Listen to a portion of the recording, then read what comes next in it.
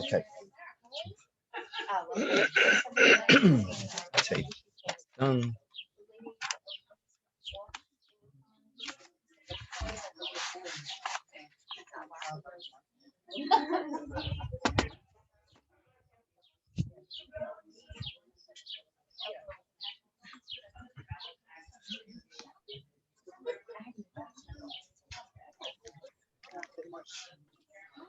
Recording in progress. I'm gonna mute everybody. Participants. Mute all. Okay. Yes. Okay. Rhonda. Unless I'm missing something. Yeah. I sent a new link just now. It's not the matter of not sending, it's the matter it didn't work for some reason. So I used my regular link. I'll use that as the permanent one. That's fine. No, I'm already, yeah, the one I just sent is the one that's active now. Okay, so, okay. Boker Tov to all you who are sitting here and those of you on Zoom and those who will hear this later as a recording. Before anything, today, obviously, we start an adventure together, a journey that will be Le'ilu Nishmat Avigdor Chai Abram Ben Mer Tzvi Rachel Leah. Today, in addition, with your permission, also the learning will be L'Zchut for Le'ilu Nishama for Moshe Ben Shmuel, Susan Shriver's father. His yard site was. Moshe Ben Aliyah. All. I say it's an adventure. I say it's a journey because it's exactly what this should be. Some people over the years, I've taught Mesillat Yesharim a number of times, and I've had people make the following comment. They say, "This is great. I want to learn this so I can change my spouse." I've actually heard that from my wife. No. People who have different opinions and approaches to what Mesillat Yesharim is. So I want to give you first a little background, not only on the book, but on the author. I never liked, we've all had teachers in school or in lectures who they jump right in. You know, the first day of school, you expect to be a little bit more relaxed and what they're going to, give some background, tell me about what bathroom is and what time break is and all that. But there's some teachers just jump right into it. I don't like that. I want to give you a little background so you know what it is we're doing, what we're going to be doing together over the next many months, Bezrat Hashem. I think the last time I taught this, it took a year and a half, and that was once a week at an hour at a time. And this will be less. This will be about 30 to 45 minutes each week. It depends how things are going. I encourage questions. I won't answer, but I encourage the questions. Please feel free to ask. And I also want to make this interactive, meaning if you have something to share, to add, to ask, please don't hesitate. So just a little bit of background on the author and a little bit of the history of the book. It's hard to imagine a home, a Jewish home, that has a library. I'm not talking just mitzumtzam a little bit. It has a decent library that won't have at least a copy of something like Mesillat Yesharim or actually Mesillat Yesharim. But if you go back just a couple hundred years ago, that wasn't the case. We're going to see why in a moment. So the author, it's known as by his acronym, the Ramchal, the Moshe Chaim Luzzatto. Obviously with the name Luzzatto, born in 1707, he wasn't born in Brooklyn. Born in Padua, near Venice, Republic of Venice. And evidently as a young man already, he was showing promise as some form of a genius. His knowledge of Tanakh, his knowledge of Gemara, his knowledge of most of the Torah world as a young age, already in his teens, was already seen as some prodigy. And what happened was there were a group of people living in Padua that were Kabbalists, people who were very much into esoteric knowledge, and he kind of drifted towards them. They gravitated towards them, and at an early age, he also began to write poetic compositions. The problem was that he also started to do something that people got a little nervous about. He was writing more Kabbalistic type works. He was taking Tehillim, writing 150 works of poetry to mimic Tehillim. They were afraid that he was trying to replace the Tehillim. And sooner or later, actually sooner rather than later, the rabbis of the community said, tisk, tisk, tisk, that doesn't happen. And I'm putting it mildly. They wanted to actually put him in Chayrim. They wanted to excommunicate him because he was teaching what they felt were heretical ideas. And he was teaching things that the masses should not be learning, especially since it was unheard of that someone at his young age was starting to teach these things. What these things are, I'm not going to get into. It's not germane to the topic today. He decided, they made a decision that they're not going to put him into excommunication. They're not going to put him to Cherem. They're going to instead just basically exile him to another city. They sent him away. He was supposed to go to Amsterdam, and on the way to Amsterdam, he ends up first in Germany. And in Germany, he turns to the local rabbinate and asks for help. And they basically said, no, we're not going to mess with these guys in Italy. You know, they're Italian. No, thank you. I guess they had the reputation back then also. And so he continues his journey on to Amsterdam. He gets to Amsterdam in 1735. I generally don't give dates when I'm teaching, but I'll see why I'm doing this in a moment. So he gets this in 1735. He gets to Amsterdam, and it's there that he writes his, what we would call his magnum opus, the Mesillat Yesharim. And I'm going to come to the name of the title in the book and the background on that in a second. The problem was that his thoughts, his ideas were groundbreaking. People, sometimes society, certain levels of society and certain strata of society don't like change. They don't like change. They don't like new thoughts. But we have to put it into context. Why? We'll see that just in a minute. But let's jump ahead for a second. The Vilna Gaon said that if he were alive at the time of, and he could go to the Ramchal, he'd walk barefoot to hear him speak. This is the Vilna Gaon. Now, let's put into context why I'm saying, what was it that people were so afraid of? Okay, if you write something or I write something and it's a little bit off the beaten path, it's a little bit different, people can choose. They want to read it, fine. They don't want to read it, fine. But what were they so afraid of? In the 1600s, there was a man who I know, I'm sure almost all of you know his name, is Shabtai Tzvi. Shabtai Tzvi was proven to be a false messiah. There were many tens of thousands of Jews that believed that he was Mashiach. Ad kedei kach that the book plates that had him sitting with a crown on a throne in many books that were printed at that time period. As many of you also know, he died in an ignoble death after having converted to Islam. So much for the Mashiach. And then not that long after that was another man named Yaakov Frank. Yaakov Frank was also, people believed he was Mashiach, and he fell by the wayside. And also he was proven to be a false Messiah. And then along came, a little bit later, came the birth of the movement of Hasidism. And that was the Baal Shem Tov. Why was it that there were, I know this is a class on Mesillat Yesharim, but you have to put all this into context for the time period of history. Why were people afraid? And they were the mitnagdim or misnagdim. What were they against? They were against the ideas that the Baal Shem Tov was promulgating, the concept of joy and simcha and how you Yivdot Hashem b'simcha and everything else. And they were afraid. What were they afraid of? He was going to be another false Messiah. That was the issue that they were afraid of. Now, this time period in history, in world history, was literally revolutionary. In the late 1700s, the American Revolution, the French Revolution, the Jewish Revolution with the birth of Hasidism, and it is into this time period that the book Mesillat Yesharim first is out, but it's not used. The book, in the time of the Ramchal, when he was alive, was barely learned. It wasn't until almost 100 years later, whenever he saw Salanter, the father of the so-called Musar movement,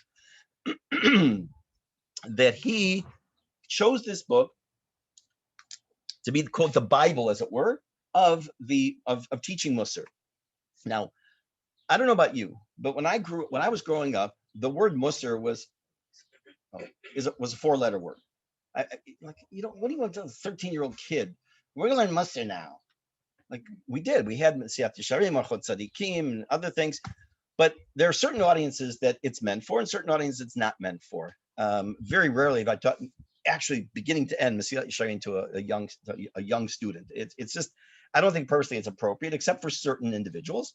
But I think it's a fantastic book.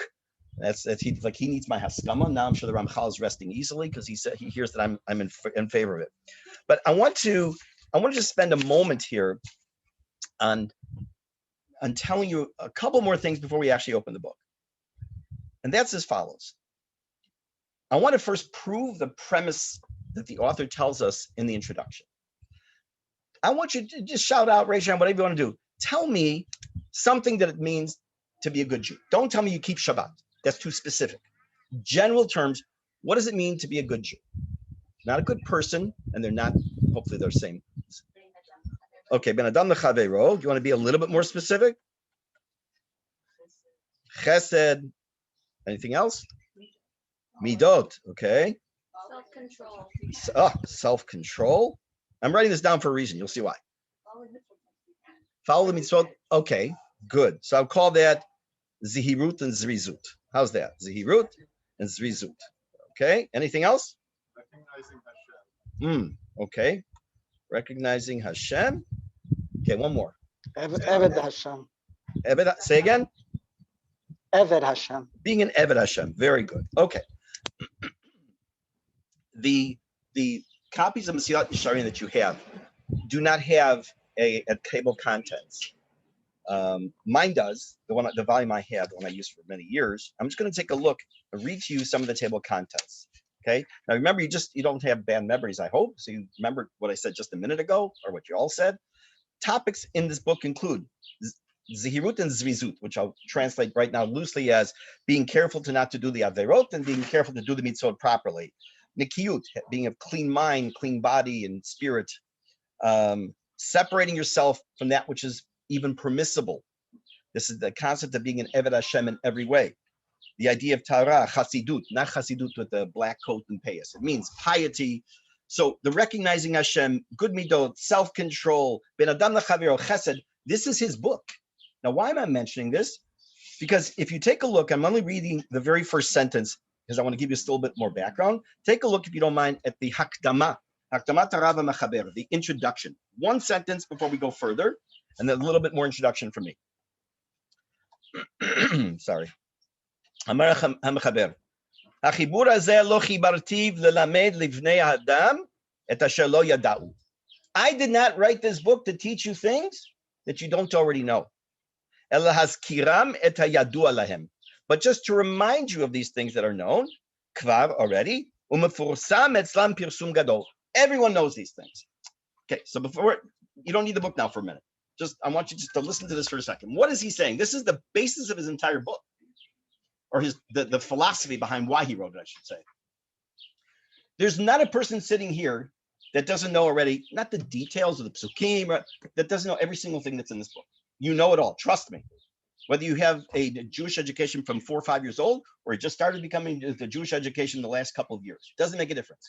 You understand intellectually, you understand in your neshama what it means to be, as you said, an Eved Hashem, because that's what this is about, becoming an Eved Hashem. So why write the book? Well, for the same reason we teach about and talk about how to our children, how to be good people, how we want to interact with people, eventually to the point to how we interact with Hashem. So we have to have this presentation, this introduction, because we want to understand we're not going to learn anything new. Well, if we're not going to learn anything new, why are we sitting here? Again, because even though we know these things, it's one thing to know it, it's another thing to put it into practice. I know that I shouldn't speak Lashon Hara, although he does talk about Lashon Hara. I know that I should do a mitzvah and think before I do the mitzvah. I know that I'm supposed to treat my fellow man and woman properly and appropriately and everything. Do I always do it 100% of the time? No. By the way, does anyone here believe you can be perfect? If you do, you can leave because you live in fantasy land. You can't. And by the way, when you start getting through some of these chapters, you're going to say, like, there is no way I can do these kind of things. That's fine. It's fine. Because it's not, because as you get through the latter chapters of the book, you're going to say, like, this is really first, and he's going to say it's only for a certain percentage of people, like everyone sitting here today. But let's talk about the name of the book for a moment. For those of you who, I think the title in English is Pathways of the Just. Am I right? Is that what it says? Okay. So for those of you who were here the night of the Malav Malka, before the Askara, so Rav Neria from Amit spoke, and he made an interesting, like I say, I've been teaching this for many years and read it many times. Never occurred to me. That's why learning is so important, and hearing from other people, because you gain so much. The book is called Mesillat Yesharim, the path of the just. Now, what's Yashar mean? Straight. It doesn't say Mesillat Akumim, that this is the pathway of those who are crooked, and we're going to strive and straighten you out. It means he starts on the premise that we are innately Yashar. We are good people. We're straight people. We want to do what's right. No one, I would hope, wakes up and saying, I can't wait to do an Aveirah today. We do. We do things. There's no such thing as a tzaddik that doesn't do an Aveirah. We all do. Question is, how do we change that? How do we change our approach?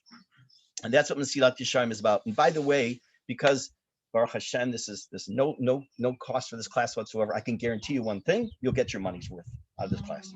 Okay, let's take a look. Let's take a look at the beginning of the book, how it is structured. So if you want to just flip through, or just take my word for it, he's going to give us an introduction. He's also going to then tell us what's our chovah in this world. What is it we're here for? Not what's the meaning of life and all, but a more basic idea of what is our responsibility. What does that mean? When you start a job, not when you're self-employed, but when you start to work for somebody, on the first day of work, one of the things they should be doing is giving you your job description, what you're supposed to do. You cannot be measured on your performance if you don't know. I've worked for people like that. You get measured on your performance when you don't know what you're supposed to be doing anyway. So like, hey, no one told me to do that. Maybe next time, right? So he's going to tell us what's our chovah. Then he's going to talk about a list of different character traits, things that we do, that we have to do, we should stay away from. And he breaks each one down in a methodical way, tells us what it is, tells us how to do it, and maybe even most importantly, things to avoid so that we don't fall into a trap. For example, let's assume for a moment I am not. Let's assume for a moment I'm an alcoholic. I've been sober for 62 and a half years now. Let's assume I am. What would be the worst job I could have? A bartender, right? Being a bartender would be pretty bad. What's that? Tasting wine. Even being a bartender, because it's just the temptation. So he's going to use that. He doesn't use that example, obviously, but he's going to use that concept in every one of these midot, of these character traits and characteristics, and explain to us how to prevent ourselves or to save ourselves from ourselves. So let's take a look now at the introduction. I read the first sentence. Let's continue. Ki lo timtza berov dvarai el dvarim sherov bnei adam yod'im otam. You will only find in my words, I've said it positive, said negative, you only find in my words things that the majority of people know, ולא מסתפקים בהם כלל, אלא שכפי רוב פרסומם וכנגד מה שאמיתתם גלויה לכל, ככה אלא מהם מצוי מאוד השכחה רבה. Telling the boss, no respect. He said that because they're so well known, therefore people forget about them. To be honest, don't say it out loud, but be honest with yourselves.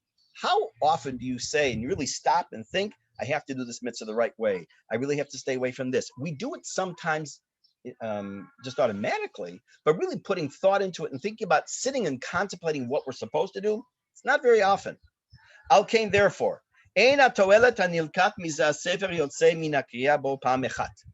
is no, I shouldn't say no, there's very little benefit to gain from reading this book one time. Meaning, after we've gone through this book over the next however much time it is, it'd be great. It's wonderful.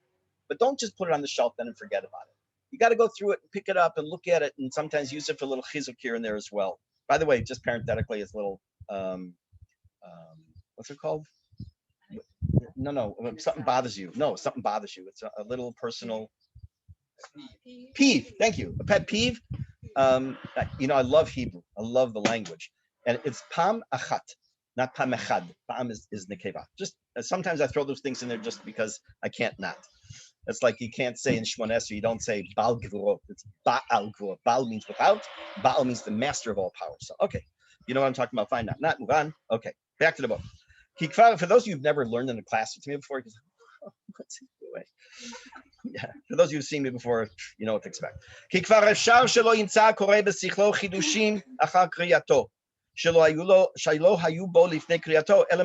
possible, I would even say likely, that the person who reads the book will not find that many chidushim, that many new ideas in this book. Aval hatoelet, the benefit, It comes from reviewing and thinking about it and doing it and putting it into practice.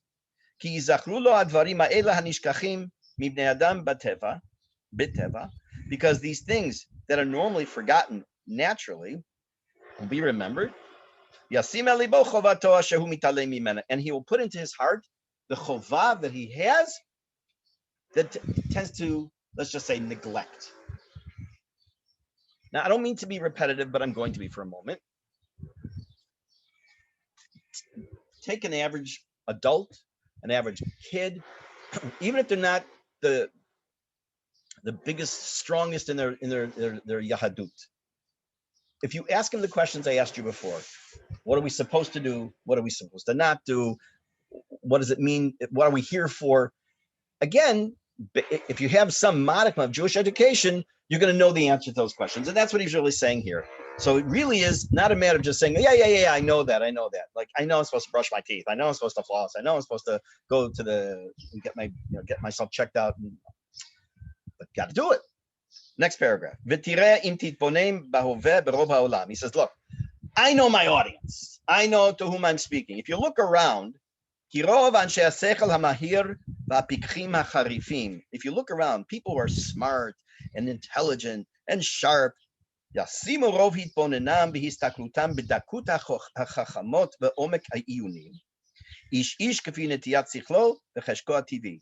a person who's got a brain in their head, someone who has a certain nitiyah. They tend to have an interest in architecture, painting, building, writing, learning, whatever it might be, that's where they put their focus, whatever their natural instinct is to want to be drawn towards.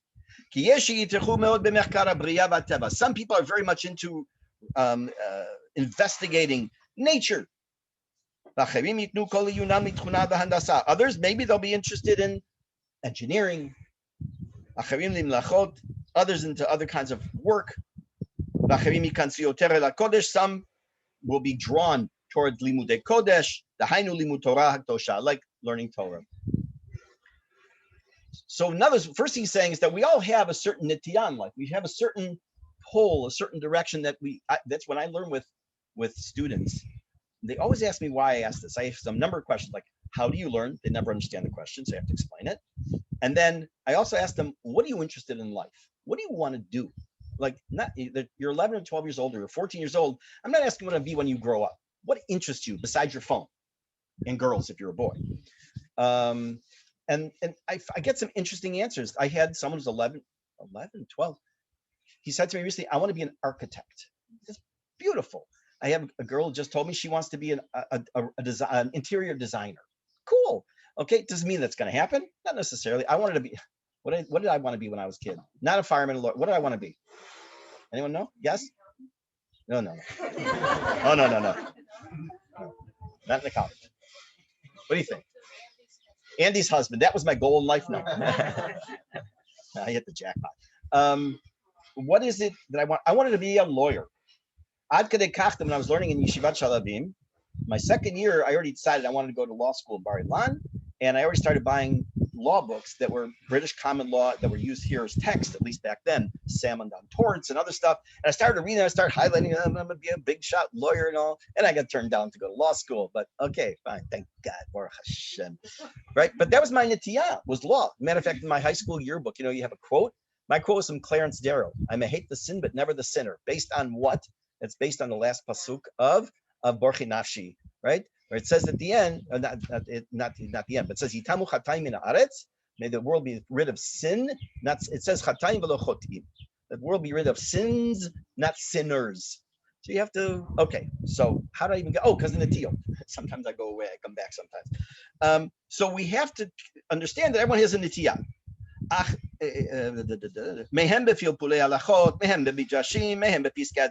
So some people are into learning, may get into pilpul. What's pilpul? It's not just the halacha says you can't do boer on Shabbat, but it means you learn the halacha and you learn the Gemara and you learn the background and the whys and the wheres and going back and forth. And some people like midrash, some just like to learn shutim or shutim shelot and shuvot responsa. There are very few of the type that Asher yikbu iyun v'limud al inyanei shleimus ha'avodah, who are really going to sit down and take the time and see what are they supposed to do to serve Hashem. Al avodah, al ahava. What does it mean to love Hashem? Al hayirah. I'm going to come back to that word. Al dvekut, coming back to that word. Al kol shar chelkei chasidut, and all the other parts of what it means to be pious. Pious, not pious. What's he saying? First, bigadol, and then I'll get more into detail. People spend hours and hours and hours and hours a day in what they really love and what they enjoy and what they have a feeling for and they have a connection to. But only a handful of people, at least back then, because that's not true anymore, thank God, that will really start and contemplate life. Like, why am I here? What am I supposed to do? How do I really? It's not enough to know you can't do Borer and Shabbat, and not enough to know that you light the candles from left to right when it comes to, left to right when it comes to Hanukkah. You have to also understand more and depth and how you do the mitzvah the right way. How many people? Very few people do it. What do these words mean? We said avodah is avodat Hashem. General term, how you serve God or how you are an eved Hashem. Doesn't mean a slave. It means a servant. It's a very big difference. Ahava, love. We all say we love Hashem. We all say that, right? We have a mitzvah. It's ve'ahavta. By the way, it's not ve'ahavta. If you say ve'ahavta, it is wrong. It means I loved. You loved. And you should have loved. Ve'ahavta. The accent's on the last syllable. Ve'ahavta Hashem Elokecha. We have a mitzvah to love Hashem. Do you ever think about that, by the way? Imagine you walk up to a bus stop and you see somebody and say, you better love me. Like they're going to take you away. What does it mean Hashem tells us you should love? Because every time we say Shema, what do we say just before that? We always are saying, Hashem says, I love you. I want you to love me. It's reciprocal. Thank you. I will learn English. I'm going to start Ulpan next week. It's reciprocal. Yir'ah. What does yir'ah mean? Translate the word. Awe, fear. There's the third one, actually. Reverence. Very good. What else? Trepidation. Okay, so we have both a negative connotation or a scary connotation, but I'm going to give you a positive one. Two buses at once. When you were young, when you were first, or not young, whenever you learned that you wash your yadayim in the morning, what was the reason you were told? Just call it up. The impurities of the night. Tuma. I remember vividly, I don't know, I must have been in fourth grade or something. And they said, the Rebbe said that when you look, there's tuma in the water, and you make sure it can't get on anything because it's going to tame everything in your house. I was terrified. I was washing my hands in the sink and making sure it's going in the drain. That's how you make people crazy about religion. Fear. You also can say that you're washing your hands because you're waking up in the morning, you're coming before the Borei Olam to start your day, and symbolically, you want to cleanse yourself. You're going to go to a wedding. What do you just walk in there and you can't walk in jeans and t-shirt here. That's a different story. Enter gullus. Okay. But the idea is that you're coming before Hashem. Why am I mentioning this? Because we have to have yirat Hashem. We have to have fear of Hashem. We have to be also in awe of Hashem. When you look out at this beautiful Judean desert, you look at the mountains, you look at the sunrise, and if you're up, and you look at whatever, just to be in awe. For those of you who come to the Kuzari class I teach, we're just talking about this, the idea of seeing Hashem and everything, and that's the point. Yir'ah from lir'ot, to see Hashem in everything. Not just to be in awe of Hashem, which we have to be, not just to be in fear of Hashem, which we have, but also to look at everything and see Hashem. That doesn't just happen. That's something you work on.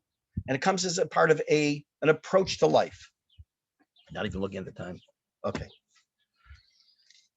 Now, why do you, sorry? Which is the higher matrigus? You're at the lower and half of the higher? We're going to get to that. We're going to get to that. We have, because actually we have two psukim that contradict each other. Ivdat Shem b'simcha. We also have Angilo b'ada. We have this idea of trepidation and love.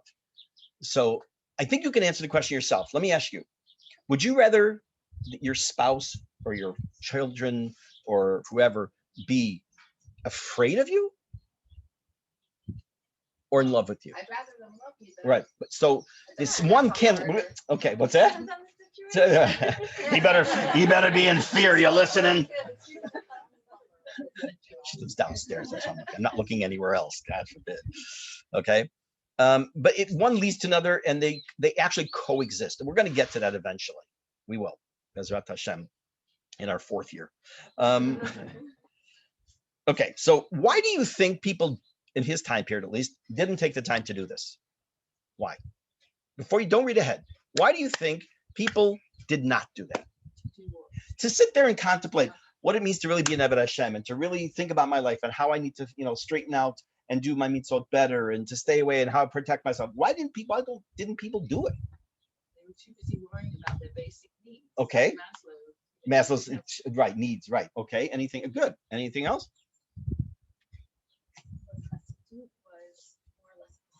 It was a little bit after. Yeah. This is this is the mid 1700s, just a little bit after that. Yeah. I mean, the rumblings are already there for sure. Okay. It's much easier to sing and dance. Yeah. than it is To contemplate and reflect. Absolutely. So that's another possible reason. The reason he's going to tell us is actually quite simple. Take a look. We'll read a few more lines. It's not because these things aren't important to people. If you ask individuals, of course we have to be zaris. We have to be careful. We have to be quick to do a mitzvah. Of course. A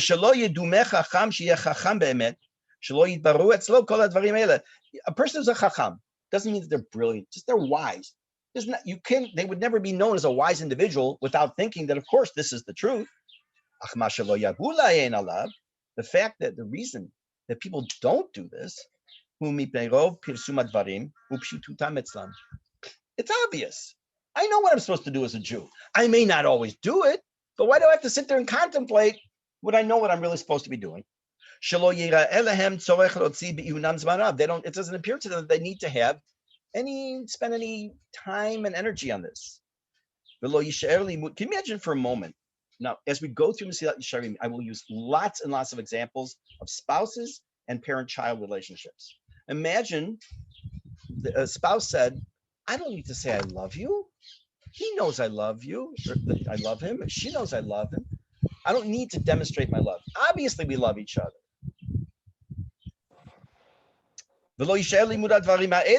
So who does think about these things? He says,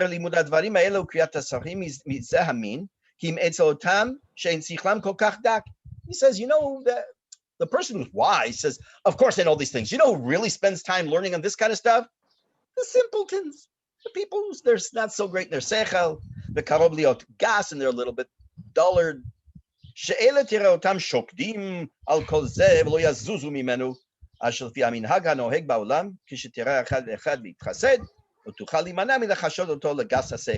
the point that if you see somebody spending time as dullard, it must be because he doesn't know how to read the pasuk and chumash, can't understand Rashi, so he spends time on this kind of stuff. He must be, not the brightest crayon in the box. Yeah. Do you know the literacy rate at this time of Jews? I don't. Historically, it's always been better than than the average non-Jew. That I can say. Yes. Maybe Esty would have an idea of that time period. I don't know. Putting you on the spot. No pressure. Are always smarter. Yeah, I know. So they didn't necessarily know how to read and write, but they had a wealth of information. In other words, it was verbal rather than written.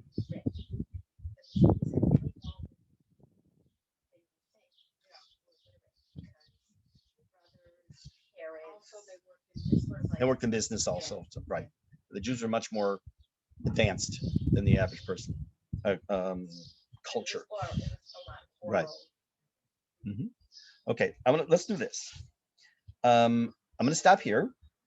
Again, it'll be usually 30 to 45 minutes. And we're going to meet again, Bezrat Hashem, next week, Wednesday. Unless there's Bezrat Hashem, some simcha in the family here. We'll see. And we'll continue with this next paragraph. What I also want to tell everybody, and for those of you who've learned with me before, you know this, that whereas I might be here in front of you for 45 minutes on a Sunday morning, or Wednesday morning, yeah. time of Shabbat.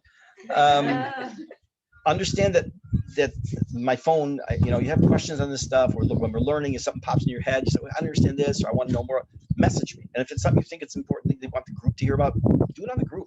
Either way, it's fine with me. Open door policy or open phone policy. Have a good day, everybody. Be well. Thank you.